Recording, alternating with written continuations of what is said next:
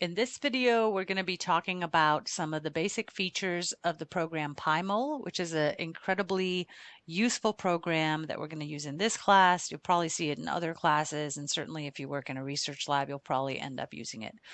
This program allows us to look at three-dimensional structures of proteins and other types of molecules.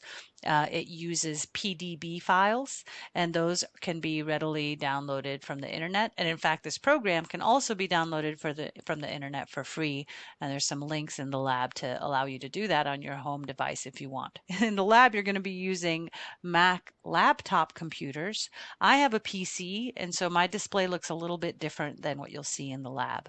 And so in the lab, your display will look kind of like this when you open up the first image, whereas mine looks like this. There's several menus to keep an eye out for. First, there's an object menu that's on the side right here that looks the same whether you have a Mac or a PC. There's also a command line menu. So here's our command line on the Mac, and then the command line on the PC. And then the menu up above here on my PC, it just is in its own little separate box, but on the Mac it's still there. It's just at the very top of your screen.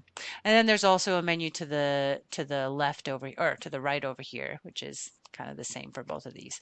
So the menus are fairly similar, but it is a little bit different whether you're on a Mac or a PC. Also, when you open up the first image on a Mac, you'll see it in this cartoon view, whereas I have it in this stick view. But I'll show you how to navigate between these two views. And so that shouldn't be a problem. So first, if we want to take a look at what the mouse controls do. For using PyMOL, it really is very convenient to have a 3-button mouse. And so if you use this left button, that allows you to rotate the image. If you use the right button, that allows you to zoom in and out. If you use the middle and click the middle and hold it down, then you can move the image without rotating it. And if you roll the middle roller, then that lets you cycle through the plane. So it shows you depth on this protein. Now, if you do kind of move this around a bunch and you zoom out and then it's off to the side, now you can't find your protein anymore, you can always click on the reset button, and that will start you where you first were when you downloaded the PDB file. And that could be useful because you can see, because this program is so powerful, it's pretty easy to get kind of sidetracked and then kind of lose track of sort of how to get back to where you wanted to go. And so that reset button is always something that you can kind of count on.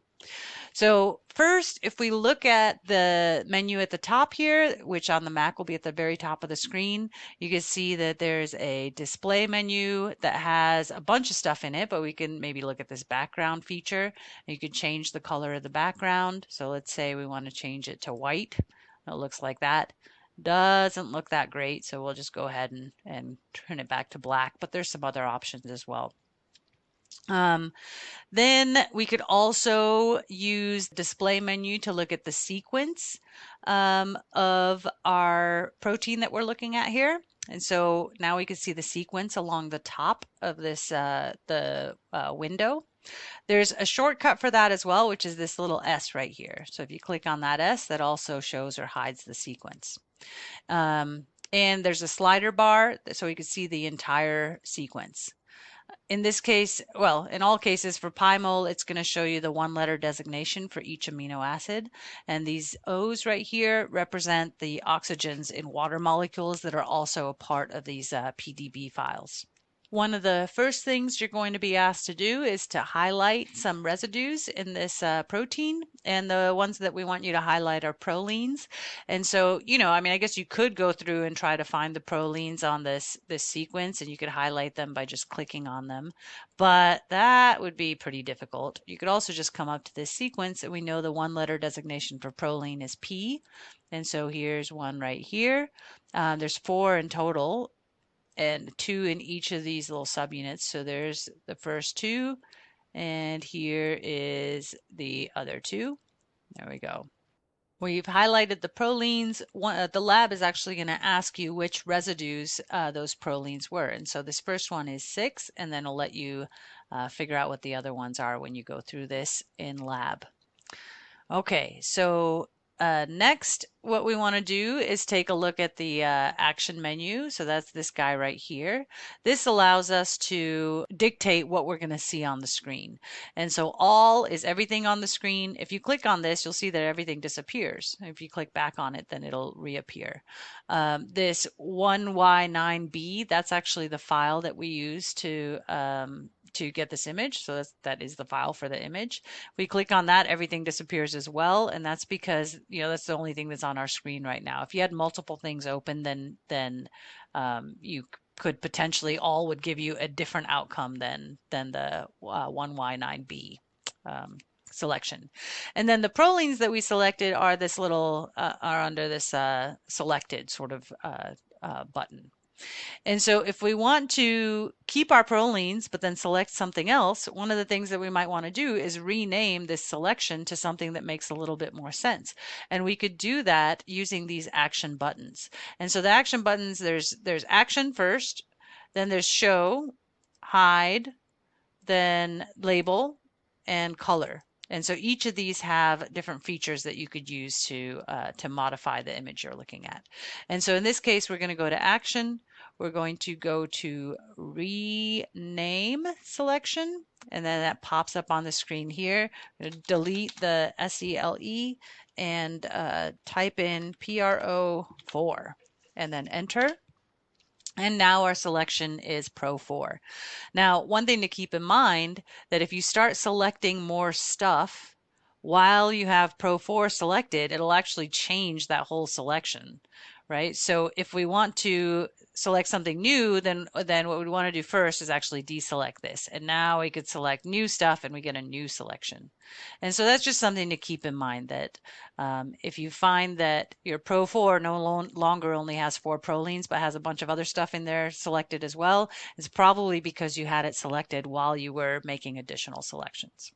Okay, so next, why don't we see if we can't modify the way that this thing looks? And we're going to use the action menu again for this. And so let's first hide everything. So we'll go to all. I mean, you can hide everything by clicking on this, but that's not the way that we want to approach this.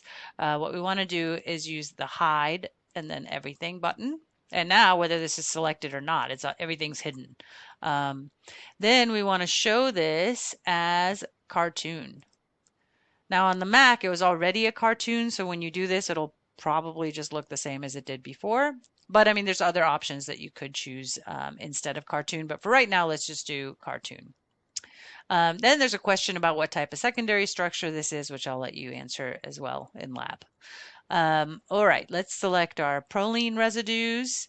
Now we want to emphasize these, so we want to look at them a little bit differently, not just as cartoon. You can see you can't see individual residue side chains with this. And so in order to see those, what we're going to do is click on show, and then we're going to select sticks. And now we can see that just for those residues, we've got these little, the little side chains are showing. And you don't actually have to have this selected to still see these after you've selected sticks. Okay, so next, even though we could see these, we could probably do a better job of making it, emphasizing the proline. And so one way we could do that is by making this cartoon image transparent. And so what we'll do is go up to settings up here, then go to transparency, cartoon. I mean, you could pick any of these other, you could pick sticks if you wanted to, but in this case, cartoon, and we'll put 50%. And now we see that our cartoon is transparent. And so we could really see those prolines. Now the lab goes through some questions that gets you to kind of think about how these prolines can affect this structure of this protein. And so make sure to go through those and see if you can answer that question.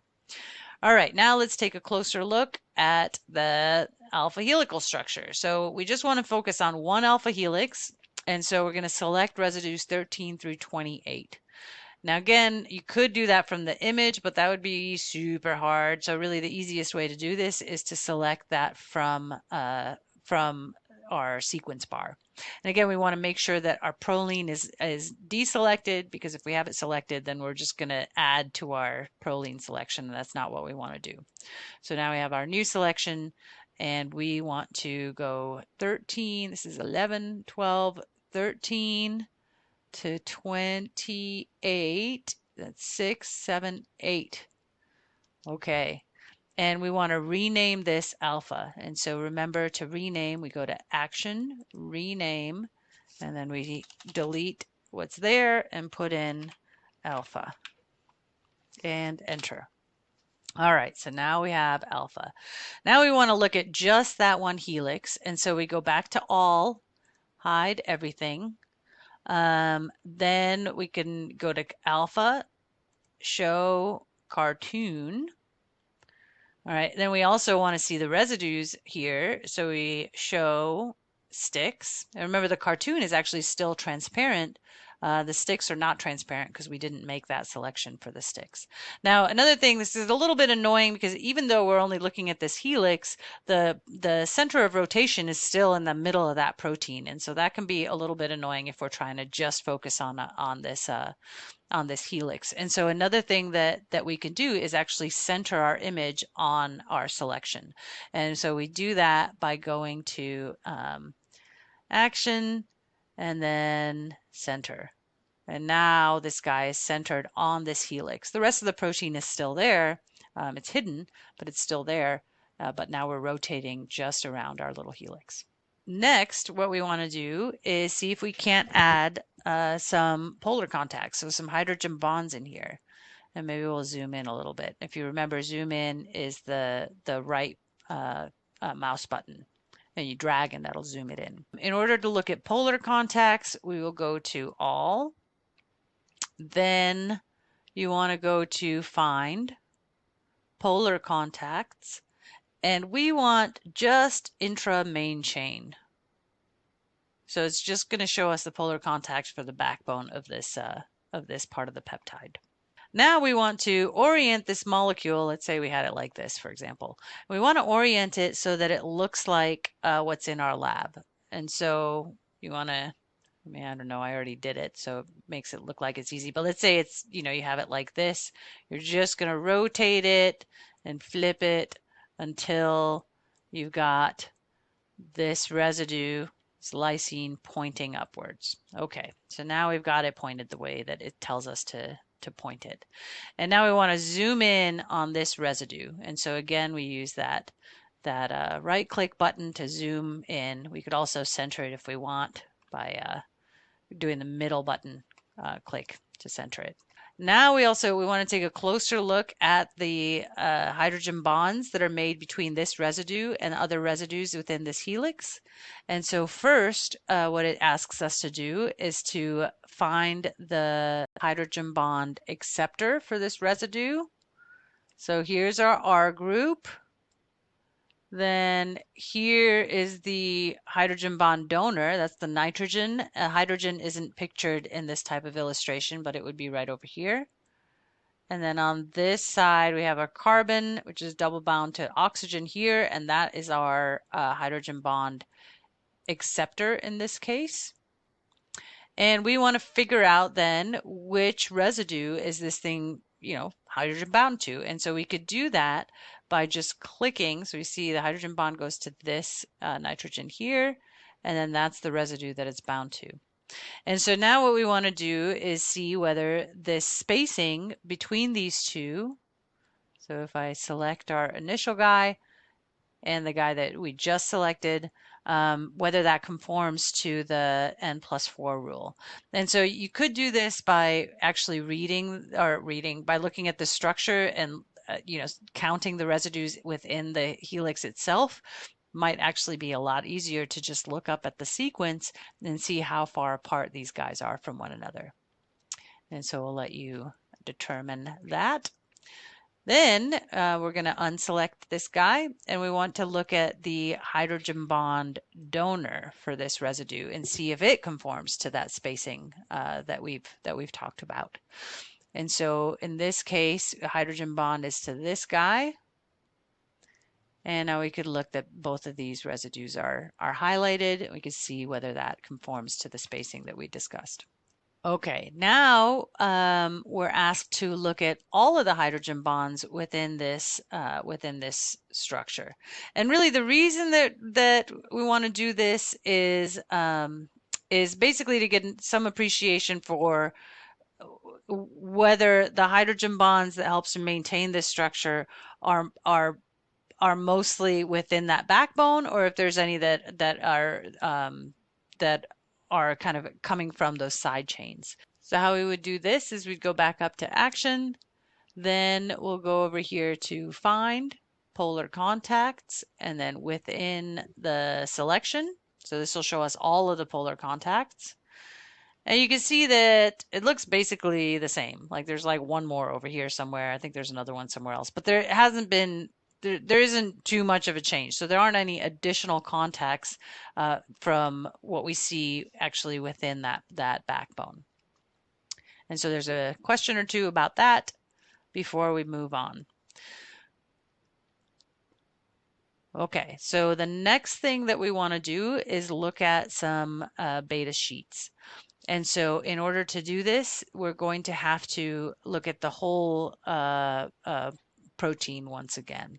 And so we're going to go to All, Show, and Cartoon, I believe is what it asks us to do. Cartoon View. Awesome. We zoomed way in, so it's a little bit harder to see, but there we go. We can zoom back out. So there's our protein. Now we want to find the beta pleated sheets, and so we see that they're just right here. Now, if we want to select just the beta pleated sheets, then what we could do, I mean, is we could like pick residues and hope that we hit the beta pleated sheets, but that maybe is not the most efficient way to do this. Instead, what we could do is try to get this window so that just our beta pleated sheets are kind of isolated from the rest of the protein, and then we can select them from the actual image itself. And so here's our two sheets. I'm zooming way in, and now what I could do is click on the Shift key and then drag a box around the part of the structure that you want to select. So there we go.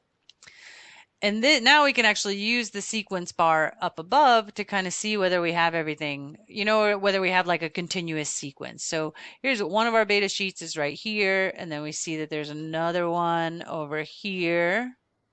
Okay, so now it tells us that we want to hide everything and we want to just look at our beta pleated sheets in the cartoon representation, and we want to center the image on them and then find the hydrogen bonds that support the secondary structure. And so we could do that again by going up here to hide everything. Then we go to our selection, which actually we probably should have renamed. Let's do that. Rename is up here. And it tells us to name it beta. So we're doing this a little bit out of order. It's not good. Then we want to show this as a cartoon. All right, so far so good. And we're going to center this. All right, now we're centered. Okay. And now what we want to do is find those hydrogen bonds that kind of support the secondary structure. So again, we're going to go to then beta action, and we're going to do find polar contacts and just intra main chain. There we go. Ooh, we also want to look at this as cartoon and sticks, which will hopefully make these polar contacts make a little more sense. So we're going to show these as sticks. There, that makes a little bit more sense. And so now we could see both the cartoon view and the actual residues themselves, and then the hydrogen bonds between them. And then there's a few questions that you have to answer about these guys, but I'll let you do that in lab. Okay, so these are some of the basic features you're going to have to use. You could also do a lot of these things by using the actual command line. And so one example of that I'll give you is just the command line language for identifying a particular secondary structure. And that's also in the lab. And so what we would do if we wanted to look at just the beta sheets, for example, is you would type in select secondary underscore structure, comma, SS space S for secondary structure, and then the S stands for sheets, for beta sheets, and then enter. And we can see that we did a really nice job selecting all the residues in that beta pleated sheet because they're all selected when the computer does it for us. Okay, so you can see that at some point you're going to end up with a bunch of these items in this area. You can get rid of them if you're not using them anymore. You just go to action and then delete, and that will free up a little bit of space. Delete, delete. Okay, so in lab, we are going to ask you to kind of go back through these steps and then answer some questions that are in the lab manual. And then for the lab report, you're going to have to do the steps again, except on a different enzyme, lysozyme. And so there are pretty detailed instructions on how to navigate PyMOL through the questions that you're asked. And again, it's just really important to follow those directions pretty exactly, because if you start kind of skipping steps or clicking on other types of things, you might get to a place where your protein gets kind of messed up in a way that you didn't anticipate, and then it's difficult to figure out how to get back to where you wanted to be.